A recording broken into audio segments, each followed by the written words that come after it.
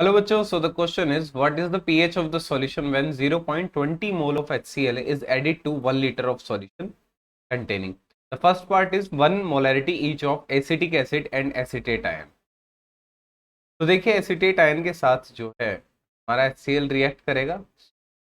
ये मान लीजिए CH3 COO माइनस हमारा एसिटेट आयन है और उसके साथ हम HCl की रिएक्शन करा रहे हैं। हमें मिल रहा है CH3 COOH Cl माइनस। अब देखिए यहाँ पर क्या है कि हमने जो एसीटेट आयन लिया है की कंसंट्रेशन हमने इनिशियली 1 मोलैरिटी मानी है और हमारे पास CH3COH भी जो है 1 मोलैरिटी है। अब अगर हम उसमें 0.20 मोल और 1 लीटर में ऐड करते हैं तो उसकी मोलैरिटी 0.2 ही हो जाएगी। तो अगर हम HCl जो है 0.2 इसमें से निकालते हैं तो यहाँ पर हम क्या करेंगे कि ये तो यहाँ से 0.2 खत्म ही हो जाएगा, माइनस 0.2 हो जाएगा।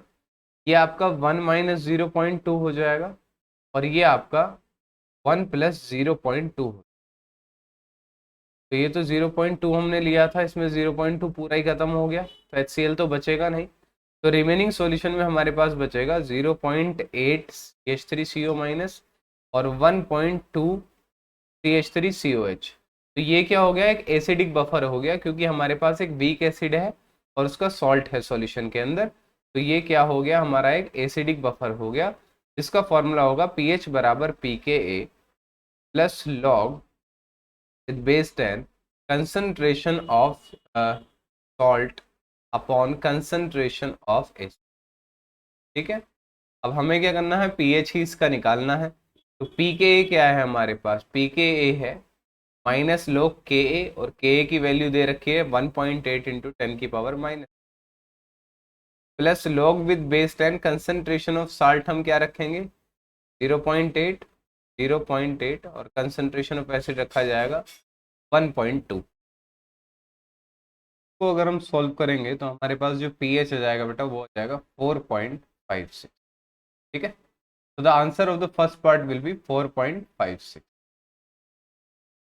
अब देखते हैं अगर हमने कंसंट्रेशन 0.1 m ली होती एसिटिक एसिड की एंड एसिटेट आयन की तो फिर टोटल वॉल्यूम जो होता 1 लीटर में कितना होता ये हमें बता। देखिए अगर हम 0.1 m इसकी कंसंट्रेशन लेते और ये हमने 0.2 m ही लिया है और ये भी हमने 0.1 m लिया है तो क्या होता, ये तो पूरा खत्म हो जाता, ये 0.2 में से 0.1 कम हो जाता और ये 0.1 में 0.1 ऐड हो जाता है ना, क्योंकि ये 0.1 के साथ रिएक्ट करता और 0.1 बनाता। तो HCl तो आपके पास हो जाता 0.1 और एसिटिक एसिड होता आपके पास 0.2।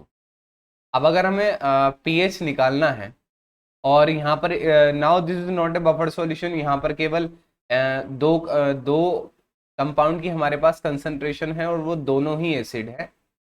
तो जो टोटल कंसंट्रेशन आएगी वो आएगी HCl की वजह से ही, क्योंकि due to the common ion effect ये जो CH3COH की कंसंट्रेशन है वो सप्रेस हो जाएगी और जो टोटल कंसंट्रेशन होगी H प्लस आयन की वो होगी Q2HCl ओनली, Q2HCl ओनली। ठीक है, तो जो pH आ जाएगा वो कितना आ जाएगा, pH आएगा minus log with H plus की कंसंट्रेशन जो कि है आपकी माइनस लॉग और H प्लस की कंसंट्रेशन HCl के वजह से कितनी है 0.1। pH आपका कितना आ जाएगा, hence the answer of the second part is 1. So I hope the concept is very much clear to you. Thank you and best of luck.